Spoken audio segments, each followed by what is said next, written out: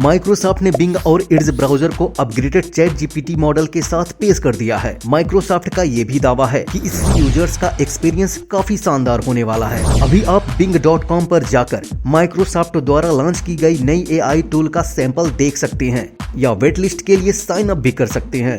इसके अलावा कंपनी ने यह भी बताया है कि मोबाइल एक्सपीरियंस का प्रीव्यू भी जल्द ही आने वाला है। माइक्रोसॉफ्ट का यह भी कहना है कि ये चैट जीपीटी की तरह ही सारे सवालों के उत्तर देने में सक्षम है। ये खुद का कंटेंट जनरेट कर सकेगा, पोयम भी लिख सकेगा और भी बहुत कुछ करने की काबिलियत है इसमें। माइक्रोसॉफ्ट ने यह भी घोषणा की है कि आने वाले कुछ ही हफ्तों में इसे आम यूजर्स के लिए उपलब्ध करवा दिया जाएगा। और माइक्रोसॉफ्ट ने ऐसा तब किया जब हाल ही में गूगल ने अपने भी टूल एआई बार्ड की घोषणा कर दी। आपको बता दें कि गूगल का tool AI Bard ChatGPT से मुकाबला करने के लिए ही लॉन्च किया जा रहा है। इसको लैम्डा यानी language model for dialogue application द्वारा पावर्ड किया जा रहा है। चैट जीपीटी को लोग गूगल के कंपटीटर के रूप में देख रहे हैं। हालांकि गूगल ने भी आखिरकार अपना एक एआई चैटबॉट बार्ड रिलीज कर दिया है।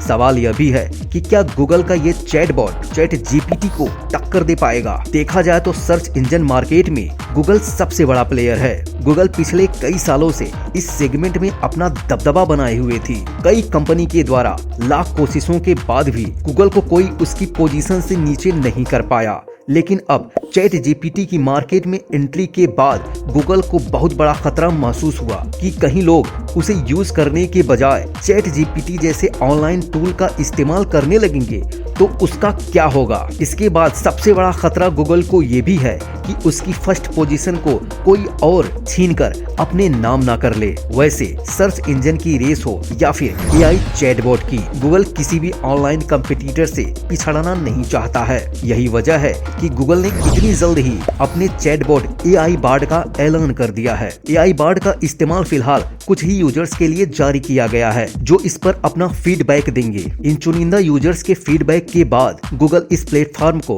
पब्लिक के लिए पूरी तरह से रिलीज कर देगा। गूगल ने चैट जीपीटी को टक्कर देने के लिए अपने एआई चैटबॉट को ऐलान तो कर दिया है, लेकिन इसे सामान्य यूजर्स तक पहुंचाने में अभी कुछ समय लेने वाला है। सुंदर पिचाई ने अपने ब्लॉग पोस्ट के माध्यम से बताया कि conversational AI service Bard LaMDA के द्वारा पावर्ड होगा, यानी ये लैम्डा पर बेस्ड एक एआई चैटबॉट होने वाला है। लैम्डा पर गूगल पिछले कई साल से काम कर रहा था और कंपनी ने इसे 2 साल पहले भी इंट्रोड्यूस किया था। सुंदर पिचाई ने अपने ब्लॉग पर गूगल के चैटबॉट की क्षमताओं के बारे में भी बताया है। उन्होंने बताया कि बार्ड में यूजर्स को इंटेलिजेंस और क्रिएटिविटी का कॉम्बिनेशन देखने को मिलेगा। इसके साथ ही बार्ड यूजर्स से मिलने वाले रिस्पॉन्स और इंटरनेट पर मौजूद जानकारी की मदद से अपने नॉलेज को और भी अधिक बढ़ा पाएगा। कंपनी फिलहाल इस एआई चैटबॉट का टेस्ट करने के लिए रिलीज कर रहा है जो लैम्डा का एक लाइट वेट वर्जन होगा।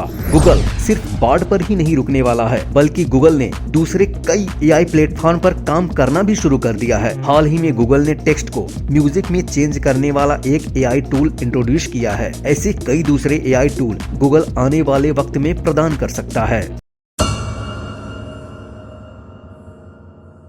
जुए और सट्टेबाजी समेत दूसरे गलत कार्यों को बढ़ावा देकर लोगों को कर्ज जाल में फंसाने वाले ऐप्स पर सरकार ने कड़ी कार्रवाई की है।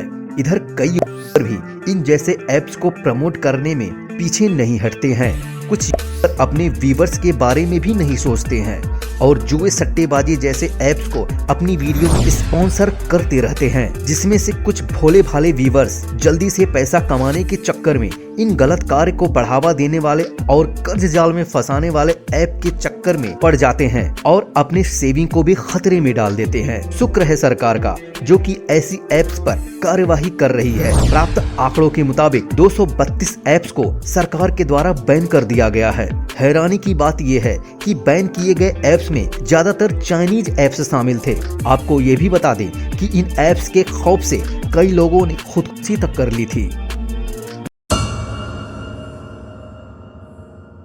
आर्टिफिशियल इंटेलिजेंस यानी AI की चर्चाएं अब तेज हो गई हैं। इसी कड़ी में गोवा के समुद्र तट पर आर्टिफिशियल इंटेलिजेंस आधारित रोबोट औरस को तैनात किया गया है। यह रोबोट लाइफ गार्ड की तरह लोगों की जान बचाने का काम करेगा। राज्य द्वारा नियुक्त लाइफ गार्ड सेवा एजेंसी ने कहा है कि औरस एक आर्टिफिशियल इंटेलिजेंस आधारित सेल्फ ड्राइविंग रोबोट है, जिसे AI आधारित मॉनिटरिंग सिस्टम ट्राइटन को गोवा के समुद्र तटों पर तैनात किया गया है। यह समुद्र तट से संबंधित दुर्घटनाओं को रोकने और जीवन रक्षक क्षमताओं को बढ़ाने के लिए काम करेंगे। लाइफ गार्ड संगठन दृष्टि मरीन के एक प्रवक्ता ने कहा कि गोवा के तट पर घरेलू और विदेशी पर्यटकों की बढ़ती संख्या के कारण समुद्र तट से संबंधित घटनाओं में वृद्धि के बाद AI आधारित समर्थन का समावेश हुआ है। दरअसल पिछले 2 वर्षों में तटीय क्षेत्र में बचाव की 1000 से अधिक घटनाएं देखी गई हैं। उन्होंने आगे कहा कि औरस एक सेल्फ ड्राइविंग रोबोट है, जिसे व्यापक गैर तैरने वाले क्षेत्रों में गश्त करके और उच्च ज्वार के दौरान पर्यटकों को सतर्क करके लाइफ गार्ड की सहायता करने के लिए विकसित किया गया है। उन्होंने कहा कि इससे समुद्र तटों पर निगरानी बढ़ाने और भीड़ को प्रबंधन करने में मदद मिलेगी। इसके अलावा मॉनिटरिंग सिस्टम ट्राइटन का प्राइमरी फोकस गैर तैराकी क्षेत्रों की पूरी तरह से निगरानी प्रदान करना है, जिससे पर्यटकों को खतरे के प्रति सचेत किया जा सकेगा और निकटतम लाइफ गार्ड को सूचित किया जा सकेगा। औरस वर्तमान में उत्तरी गोवा की मीरामार समुद्र तट पर तैनात है, जबकि ट्राइटन को दक्षिण गोवा में बैना, वेलेसोवा, पेनालिम, गलगीबाम और उत्तर गोवा के मोरजिम में तैनात किया गया है। उन्होंने कहा कि इस वर्ष राज्य के समुद्र तटों पर 100 ट्राइटन यूनिट और 10 औरस यूनिट को तैनात किया जाएगा।